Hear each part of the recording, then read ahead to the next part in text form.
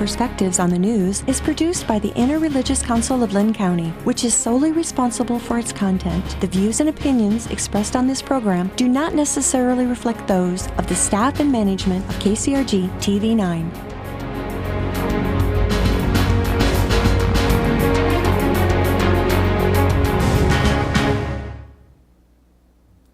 Good morning and welcome to Ethical Perspectives on the News, brought to you by the Interreligious Council of Lynn County. My name is Al Fisher. I'll be serving as your moderator for this broadcast. The late Senator Daniel Patrick Moynihan once said, "Every person has a right to his own opinion, but not to his own facts."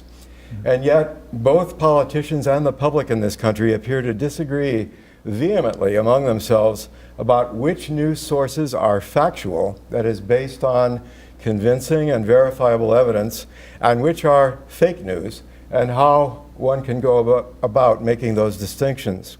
According to pollsters, news organizations are among the least trusted institutions in the United States. A Gallup poll found in 2014 that only 4 in 10 Americans trust the media to report news fully, accurately, and fairly. In the time that we have together today, I'm hoping we'll be able to explore at least some of the following questions about evaluating news media in the United States today. First, if in fact there is a good deal of animosity and mistrust of the news media, why is this so, and has it become stronger in the 50 years since Walter Cronkite signed off his nightly broadcast on CBS by saying, "And that's the way it is," and apparently got little dissent to that statement.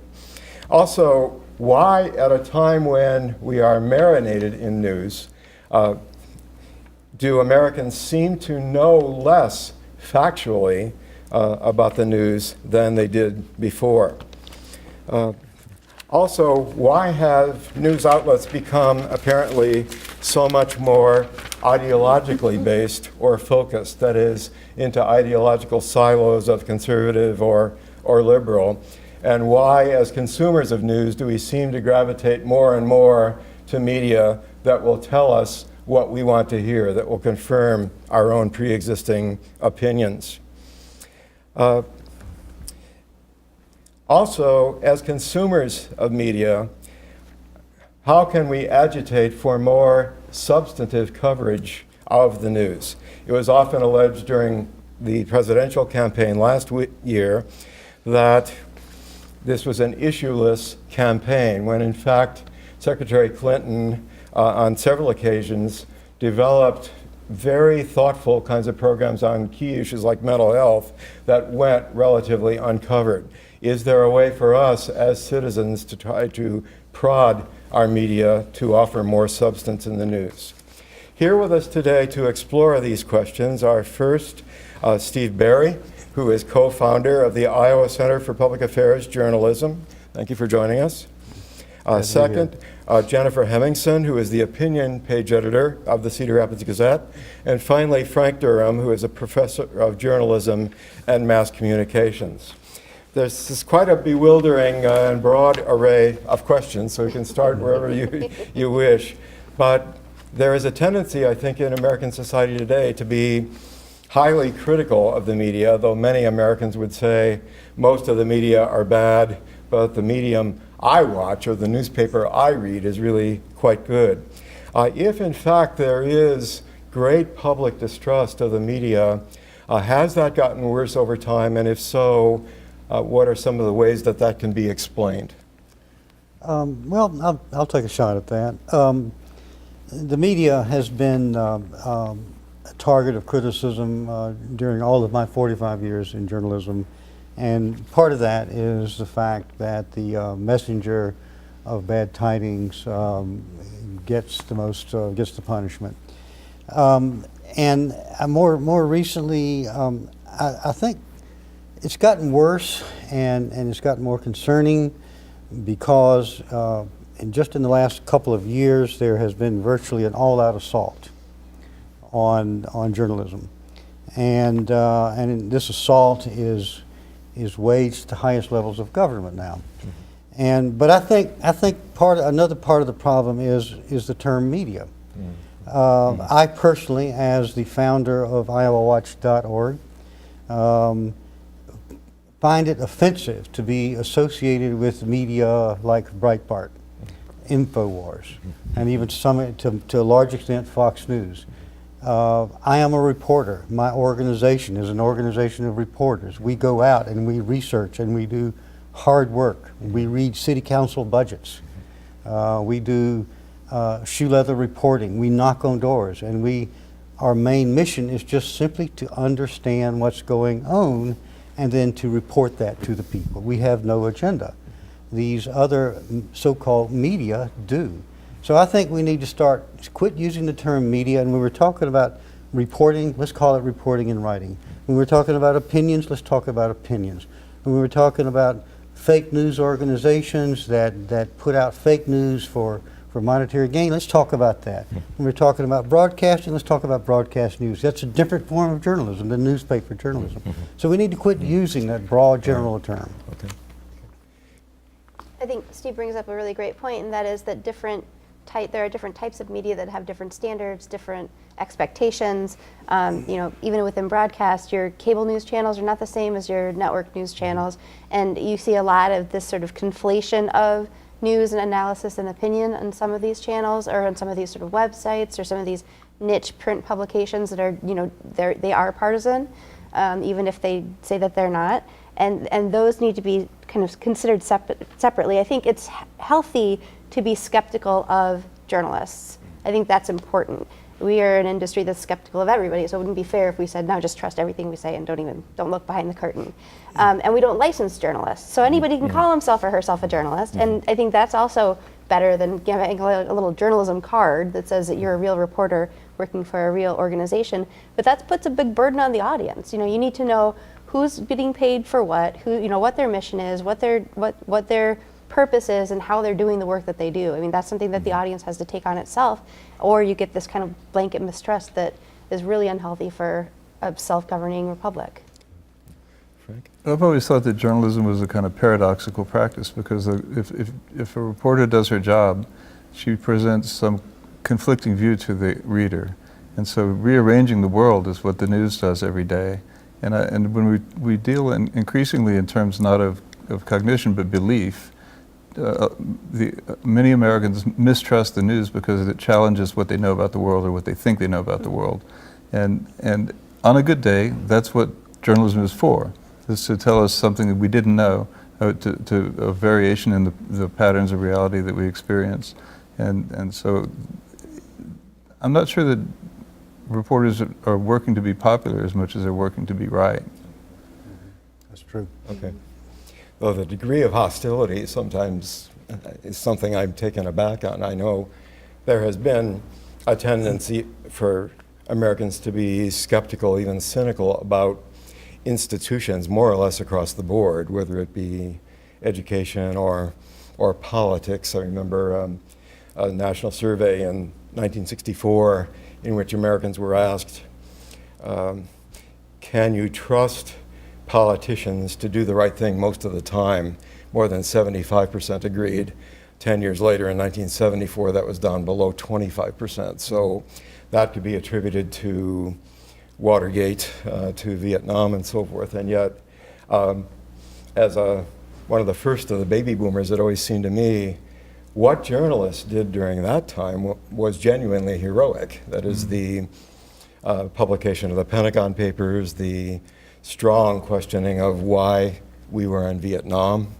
The whole unveiling of Watergate was due in good part to the kind of shoe leather, the kind of tenacity you were talking about. So it often mystifies me that journalists who do that are often despised rather than receiving the kind of adulation they deserve. Yeah. Well, and there's some great journalism happening right now. Right. I mean, the Pulitzers just announced, Art Cullen, you don't have to be at the Washington Post to be an excellent reporter. What troubles me is when people kind of give up and say nothing can be known, we can't know anything because we can't trust anybody. Right. I mean, that's just not, that's not a good situation for, and it's not a journalism thing. That's a bad democracy thing. Well, 100 years ago, Walter Lippmann made clear that the Americans deserve to be at liberty from the influences of wartime propaganda and from private propaganda, which was later called public relations. And they should be at liberty to enjoy the meaning of a fact. And what he meant was that there should be a way to have a consensus around a particular piece of information which was clear and true. And that truth and the role of journalism based on facts would be that we could organize ourselves democratically in that fashion. And these days, the expertise of the press is really challenged at a basic level for its ability to produce those facts. We are siloed into our own echo chambers, and we chase our beliefs and our emotions in ways that journalism doesn't have much of a case against. I can't remember a president, even Richard Nixon, speaking so often and so vehemently about the dishonest media. He did as President privately. Trump. Oh, okay. Very often, very privately. And that's seen in a lot of the Watergate tapes, but a great many journalists were on his enemies list. Sure, In fact, it was a badge of honor back then to be on his enemies list. Right. So, if you look at the coverage of political campaigns, like last fall's presidential campaign, it's often alleged that there was not much coverage of issues, that the lion's share of attention was given to the horse race, who was ahead in the polls, and to inflammatory things that the candidates allegedly said, to supposed scandals like Secretary Clinton's emails, but not much to issues. Is that a fair criticism? And if that is the case, why is relatively little attention given to the positions that candidates have taken or are likely to take on particular issues? It's a very fair question, and it's a fair criticism too. It's been a criticism of mine for a lot of years that political reporting is, I think, one of the weakest elements of journalism today. And for the very question you raised, that it is almost always horse race, campaign strategy, and the best soundbite. The best soundbite is the one that gets on the cable talk shows, and there is just so little substance. There are, I think, political reporting needs to be, I think it's crucial that political reporting be redefined and make it more issue-oriented, and I think the public would be much better served if that was done. Now, the question that I don't have the answer for is that that's not what the readers want. Don't you think they want ESPN? I mean, I think political reporting is sports reporting under another name. Yeah. If there's a spectacular car crash at the Indy 500 and we don't show it, someone else will. Yeah. So I really think that the standards of journalism have been consumed by commercial concerns. That the attention that was paid to Trump at his rallies was just the same sort of spectacle that we get on the highlights of an NBA reel on ESPN, and I think the tastes of the American public have been changed in favor of that kind of commercial content. I think there is a hunger, and I think it's something that's come across just in the last 2 years for much more policy emphasis, position emphasis.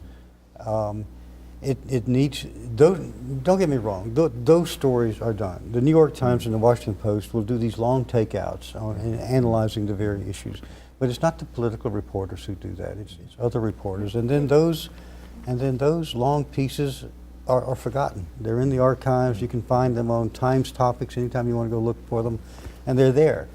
But those pieces need to be worked into the daily reporting. I think it needs to be brought every time. There's so many times when candidates will contradict basic facts that their own newspaper has explored and debunked, and they get away with it. There's been a dramatic improvement in the last 2 years with the rise of fact check organizations, by the way, and you're beginning to see just in this last campaign, you're beginning to see sentences and paragraphs in which those fact-check findings are reported, and they're used to directly contradict a false statement that a political candidate made. That is a very, very good sign, a very good development. It just needs to be increased. I think that need to be do more of that and get away from the horse race coverage much more than we do. And I think that this last campaign really challenged news organizations to do it differently. You're seeing a lot more real-time fact checks. Yep. You're seeing a lot more people delivering the news who will use parentheticals that they would never have in the past. You know, so political reporting traditionally has been to report what the candidate says, and you guys figure it out, because we're not going to tell you that it's a lie, because that would be rude or not journalistic, wouldn't be impartial. But now people will say, you know, so-and-so politician said this, you know, the evidence proves, you know, shows that this is the case, you know, and so that's new and unusual in my lifetime. And I think I like your analogy of sports. One thing that political reporting has, I think, uniquely, the types of politicians and political reporting we're talking about isn't subject to open records the same way that traditional government reporting is. So access is a huge tool, it's a huge weapon that candidates have or Congress has that other the levels of government don't have. Mm-hmm. So if you look at the campaign coverage that was really stand out in 2016, it was the news organizations that were blacklisted by campaigns that were really doing the good reporting, mm-hmm. because they had nothing to lose anymore. Mm-hmm. The folks who were on the bus had a lot to lose by covering stuff that they knew the candidate or the campaign wasn't going to like, and that's a trade-off that some organizations weren't willing to make. Mm-hmm. In your judgment, are news media under any kind of obligation to provide, I'll put it in scare quotes, balance on issues where the scientific data appear to be quite clear? I'm thinking, of course, of climate change. Are media obligated in a case like that to try to give nearly as much attention to people who are not really talking about the evidence? That kind of balance is counterfactual and can be false. I mean, the story should be reported as it is. If 98% of the scientists on the planet have decided the planet's dying, all right, then that should be the story. And there's the idea of balance as being completely equable, mm-hmm. is a false construct which would get in the way of good journalism. And I agree with that. As a longtime reporter who was always and still is wedded to the concept of objectivity as a methodology of reporting, I reject the notion that balance is a part of that definition of objectivity. Frank is right on the money when he says that when you try to create equanimity and when two facts are not equally correct, then you are being inaccurate in yourself. Okay. I think the word should be, I think balance plays a role in the reporting process, not in the final product, but in the reporting process, and only at the very beginning. When you're first introduced to a new topic, you do need to give various sides and various different issues attention, fair attention, and then as the reporting process continues, you eliminate the frivolous and you based on the evidence. So at some point there are going to be some facts that are accurate, and then there are going to be other arguments that are partially accurate. Mm-hmm. So I think the term should be more proportional balance. Okay. You give due measure and due attention to whatever those arguments deserve, and then you move on. Okay. I think a couple of phrases that began to appear more and more frequently during the campaign, at least from places like the Washington Post and the New York Times, were candidate Trump said this, comma, falsely, or said this, comma, as in the recent allegation that his phone had been tapped by President Obama, said this, comma, without evidence. It seems to me those are fair judgments. Well, and those are also the parentheticals, though, that have some people saying that the media is biased. Is biased, right? Yeah. Well, but there is fact, and it's verifiable from more than one angle. We triangulate that kind of information. Right. The Times editorial staff had an open debate about when to use the word lie, and sometimes the president lies. Uh-huh. And it's not a question of whether he knows it or not. It's that he's contradicted himself in the past, and it's apparent and evaluable and accessible as a falsehood. And so the word lie is sometimes appropriate. Yeah, and it can be proven. And you can use the word lie, even though it has that subjective element of about intention to lie. There is evidence that you can report to show the degree of intention, therefore whether it was a lie or not. And I think in many ways that this experience in this last campaign has set a very, very important precedent that I'll look forward to being used in subsequent campaigns and being used against Democratic candidates and liberal candidates. Democrats and liberals lie too, and we need to report that, and we need to say, comma, falsely, or and without any regard to political, and I trust we will. I think the ice has been broken with this campaign, and I think they've established a new reporting standards. A new Actually, standards. the ice is melting. Yeah, it's a good way to put it. Yeah. Not to be devil's advocate, but then you've got folks like Breitbart or who are doing the exact same thing without any of the legwork, to say Hillary Clinton, comma, criminal, comma, said, so there it kind of takes us back to the original question. Which goes back to my original complaint about organizations like Iowa Watch, the Cedar Rapids Gazette, the New York Times, being called the media. We are not Breitbart. We do not take ideological positions in our reporting columns. And when we have these discussions, we really need to get away from that word, the media. We are different because people hear Breitbart and they hear these kind of things and they say, oh, that's the media again.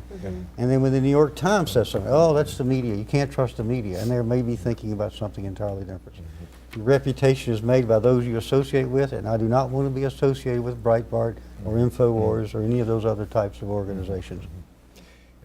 Has there been a kind of institutionalization of false knowledge? That is, it seems to me not only are Americans no better informed today than they were in the late 1940s about the news, according to James Patterson in his book, The Vanished American Voter, but it seems to me there is a good deal of actively peddled misinformation by various news outlets. Would you want to comment on that? I think we've become partisan at an ideological level, and so other facts that contradict the way we believe ourselves or believe our places in society are inconvenient and therefore ruled out. So the coal industry is a capital concern, but capitalism and democracy are not the same thing. And the science of air pollution tells us that using too much coal, just as an example, is bad for us. But people who own coal companies don't believe that. Their bread is buttered on the other side. So playing a factual game as journalists is quite different from competing in not the marketplace of ideas, but the marketplace of beliefs. Well, yeah, Frank's right, but I don't think journalists have any choice but to continue doing what we do, and that is to present facts. And one day they will matter again, and we can't change our strategy. I think mainstream news organizations, the traditional news organizations, need to continue to be that standard of solid information, even at this point when so many people, depending on your ideological perspective, will not accept what we report as fact. But we can't worry about what other people accept. We have to just keep doing our job and doing it probably with more tenacity than ever before, and with more care than ever before. Well, and I'd say with more transparency. I think the more that we show our work, the more people will start to understand how it's different from just knee-jerk sort of reactions. They will understand how it's different from the other media. I hate to keep going back to that, but that is the point. Or just your gut feelings or beliefs, Yeah. you know? Yeah, yeah. Well, I think sometimes we should recognize that journalism is a progressive endeavor, and that there's a science-based approach to the comparison of facts to other facts, or ostensible facts, that we collect evidence, we weigh it, we sift it, we show our work, and that the competition between fact is, again, with a conservative position in society that is retaining a perspective that needs not be challenged. And so journalism is anathema to the way many powerful institutions, including businesses, see the world. Mm-hmm. And so it's not for lack of understanding the fact that we have a conflict. It's because these two systems are just operating on different currency. Yeah. Mm-hmm. Could you give me even a rough breakdown of what the primary news sources are for various groups of Americans? That is, about what proportion of Americans would rely on a daily print newspaper as their main news source, or a broadcast by either a network or a cable news station on television, or Rush Limbaugh, or I know Jon Stewart's not doing the Daily Show anymore, but a program like that that's essentially a comedy show with a lot of political content. Are there data on what Americans rely upon most heavily in getting their information and or opinions about the news? My 16-year-old gets her news from social media at the breakfast table, Okay. Tumblr, Instagram, that sort of thing. If you look at the ads during the network news, you can see that they think we're 80. So there's certain ways to tell that. I suspect that print news demographics skew older. Mm-hmm. I'm a 56-year-old white male. I'm probably the guy they're selling newspapers to. You sell me a newspaper. Thank you. But that's something, that's like a whole show in itself, is social media and the algorithms, you know, online. When you talk about fragmenting the audience, I mean, sometimes it's not even a choice to choose the news you want to read. Sometimes it's just handed to you. My stuff you Apple already News believe. does that every morning. Yeah, yeah. And I'm one of these geezers as well who still enjoys and feels that he learns from the print media more than other kind, because it demands more concentration of you. It allows for more reflection from you than something electronic. Well, text is where we deal with complexity, and visual information is just a different channel. I think we have time for any concluding statements that you might have.